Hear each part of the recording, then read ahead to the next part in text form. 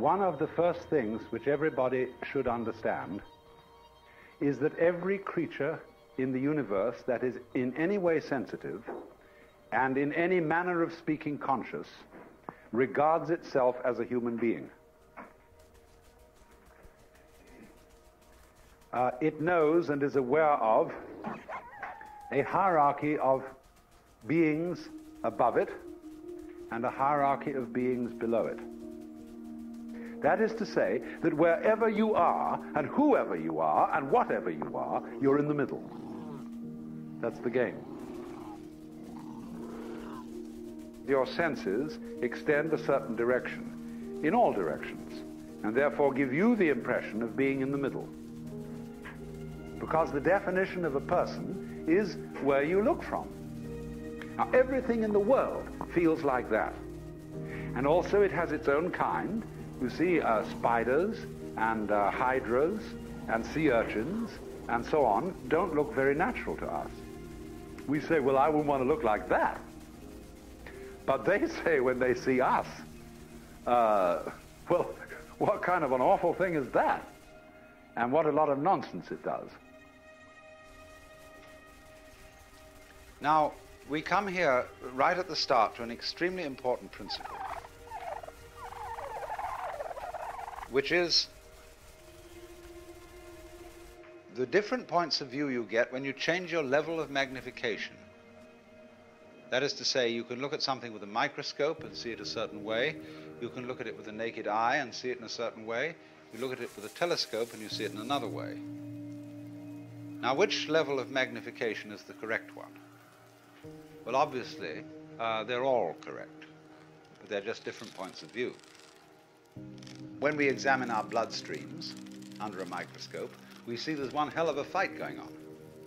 All sorts of microorganisms are chewing each other up. And if we got overly fascinated with our view of our own blood streams in the microscope, we should start taking sides, which would be fatal, because the health of our organism depends on the continuance of this battle. What is, in other words, conflict at one level of magnification is harmony at a higher level. And could it possibly be, therefore, that we, with all our problems, conflicts, neuroses, sicknesses, political outrages, wars, tortures, and everything that goes on in human life, are a state of conflict which can be seen in a larger perspective as a situation of harmony? Every minute little fruit fly or gnat or bacterium, I will go so far as to say, is an event upon which this whole cosmos depends. This thing goes both ways. It's not only that every little organism which exists depends on its total environment. The reverse is also true, that the total environment depends on each and every one of those little organisms. So that you could say this universe consists of an arrangement of pattern in which every event is essential to the whole thing. Now, we screen that idea out of our consciousness just as we pay attention to the figure and ignore the background. So we see one way of looking at things, namely that the organism is very frail against the environment. It lasts a long time, the environment, but the organism only lasts a short time. But actually, the whole thing is arranged in a polar system, where the enormous depends on the tiny and the tiny depends on the enormous.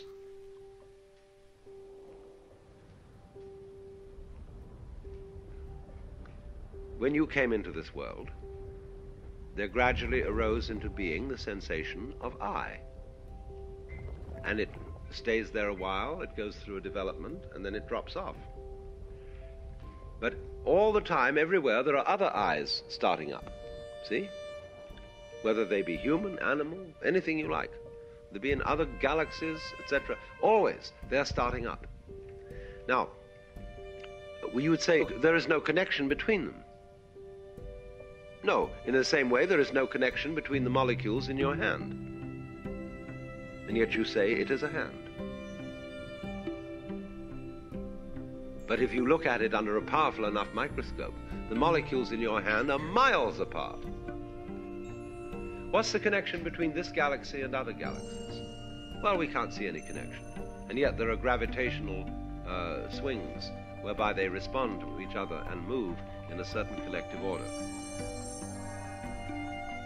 See, what we're doing in this is not setting down a doctrine, but it is doing an exercise in perception.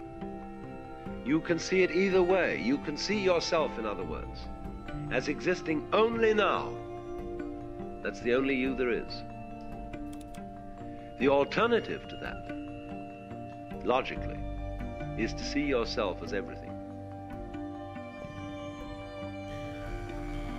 And so in all this, you see, when you get a game going of this kind,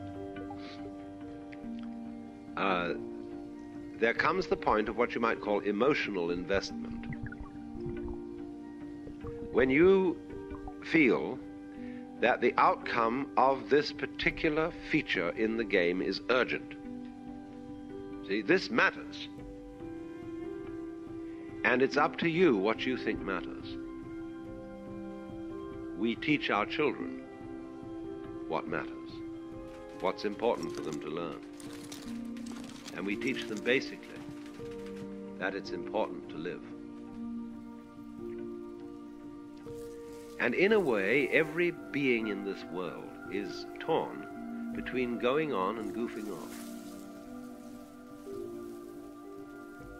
We feel that's the basis of our distinction between work and play. Play is everybody needs some time to goof off.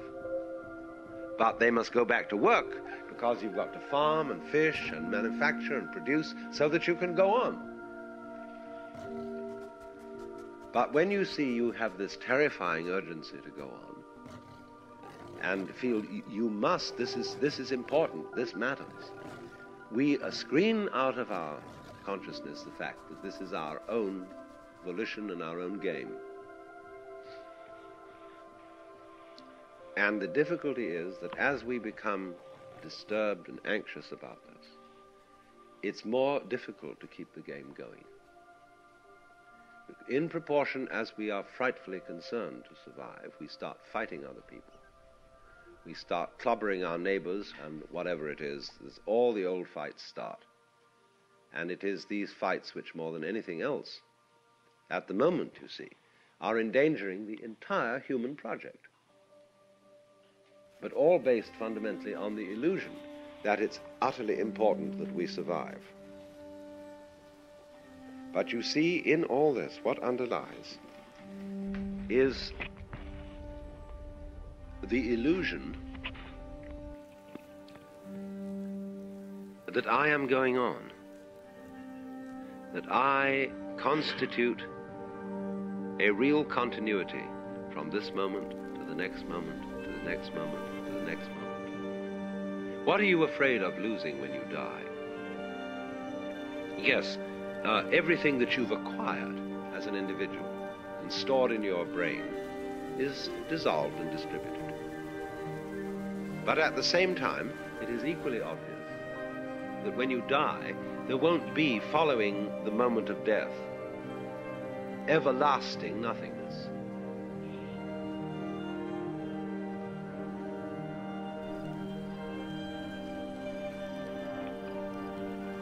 So, you can become aware of this tremendous interconnectedness of everything. Just as fronts go with backs and tops with bottoms, insides with outsides, solids with spaces, so everything that there is goes together. And it makes no difference whether it lasts a long time or whether it lasts a short time.